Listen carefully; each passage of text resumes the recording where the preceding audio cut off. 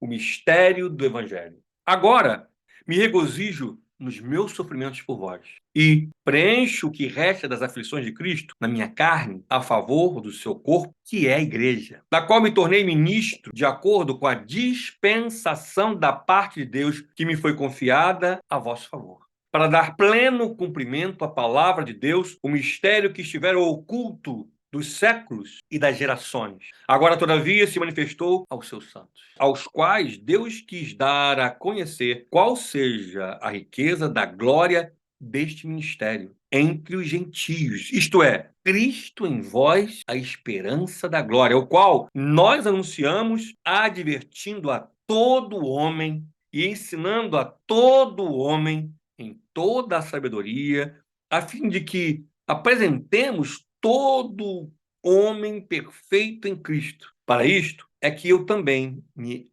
afadigo, esforçando-me o mais possível, segundo a sua eficácia, que opera eficientemente em mim. No versículo 13 ao versículo 23, olha a divisão do texto. Você é resgatado, você é inculpável, você não é inimigo do entendimento, você não é uma pessoa decaída, como era no Império das Trevas. Agora, do versículo 24 ao versículo 29, Paulo ele coloca, número 1, que ele quer dizer que ele foi chamado para pregar, revelar aquilo que estava oculto aos gentios. Vou explicar. Os judeus, até hoje, os judeus não acreditam em Jesus e eles acreditam que eles são o povo escolhido e que a salvação é para eles. Jesus, ele prega para todos, isso inclusive foi um grande embate que Jesus teve com os sacerdotes e fariseus, porque eles não queriam aceitar isso. Jesus pregando, falava com fariseus, fazia no sábado, e falava, esse homem não serve às nossas leis, ele não obedece às nossas leis. E Jesus falou, eu não vim aqui falar mal da lei, mas a lei agora, entendeu? É um novo momento. Eu vim trazer uma nova notícia. Qual é o nome da nova notícia? Evangelho. Eu vim trazer para vocês, gentios, a esperança da glória, a esperança da salvação,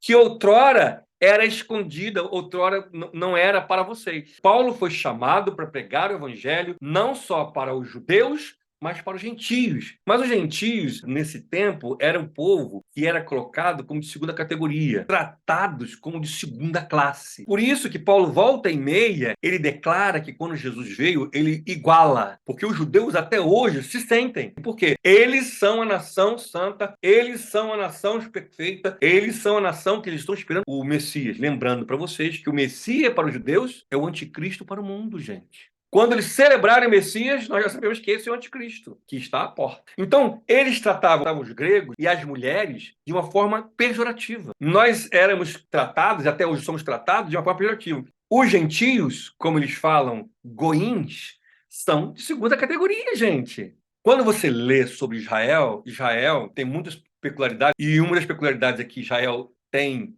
de recursos financeiros é o turismo religioso. É interessante, porque com o turismo religioso, o que eles fazem? Eles abrem as portas, mas não significam que eles gostam de goins. Goins são gentios, não são judeus. Por isso que o evangelho, a palavra diz, não faça acepção de pessoa. O que eles fazem? Eles não querem se relacionar. Paulo quer dizer o seguinte, vocês eram considerados povo de segunda categoria, e a salvação chegou até você.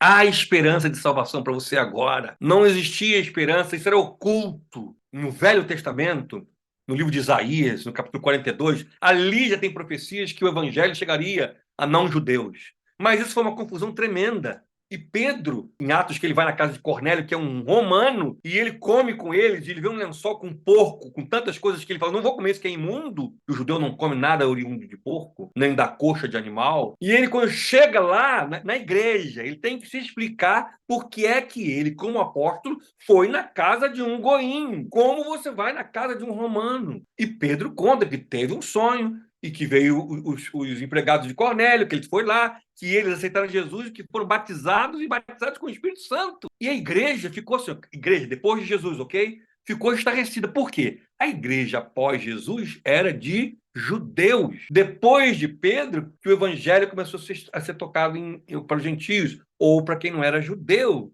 Então, Paulo está dizendo assim, Colossenses, vocês agora têm o privilégio da glória de Deus que alcançou a sua vida. Cristo em vós. E ele falou, estou pregando agora para todos os homens. Paulo não poderia falar isso anteriormente, porque ele não poderia dizer que pregava para todos os homens.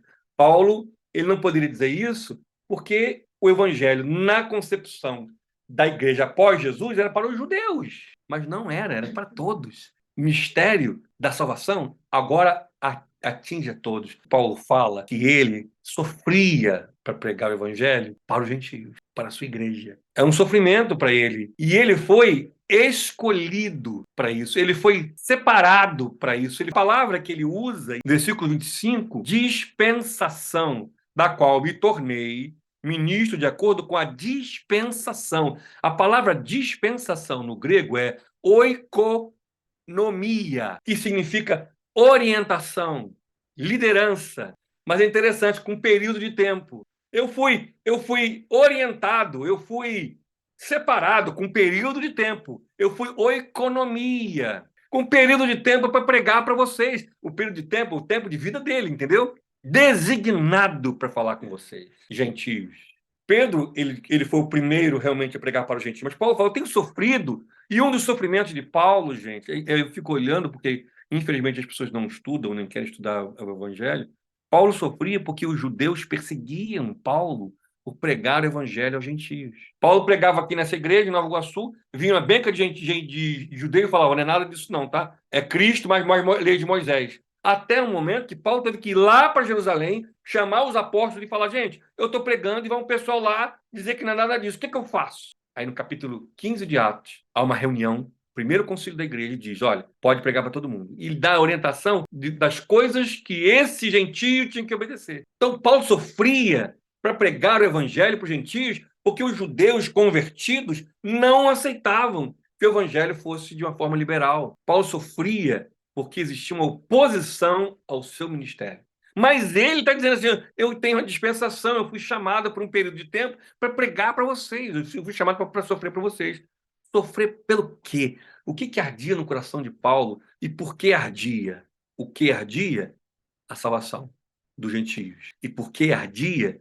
Porque Paulo queria que todo homem conhecesse com grande sabedoria o mistério da vida em Cristo. Então eram dois sentimentos que pairavam no coração desse homem.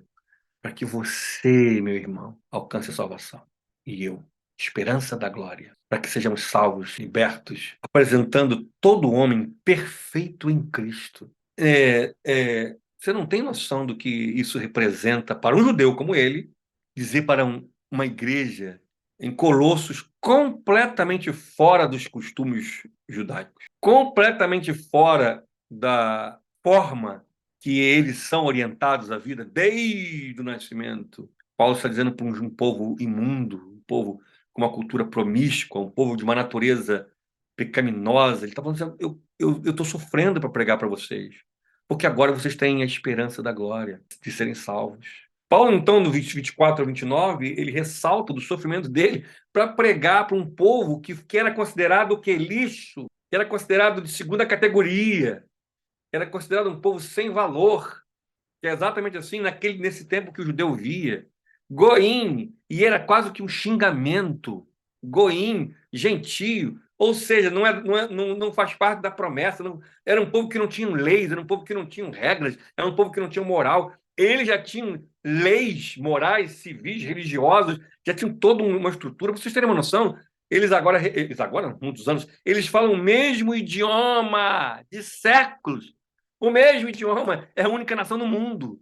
É o hebraico. Então, na visão deles, há uma nobreza, há uma realeza. Por isso que Pedro, da mesma forma, como eu já falei que foi o primeiro pregou para os não-judeus, e falou, vocês são povo de propriedade, vocês são sacerdócio santo.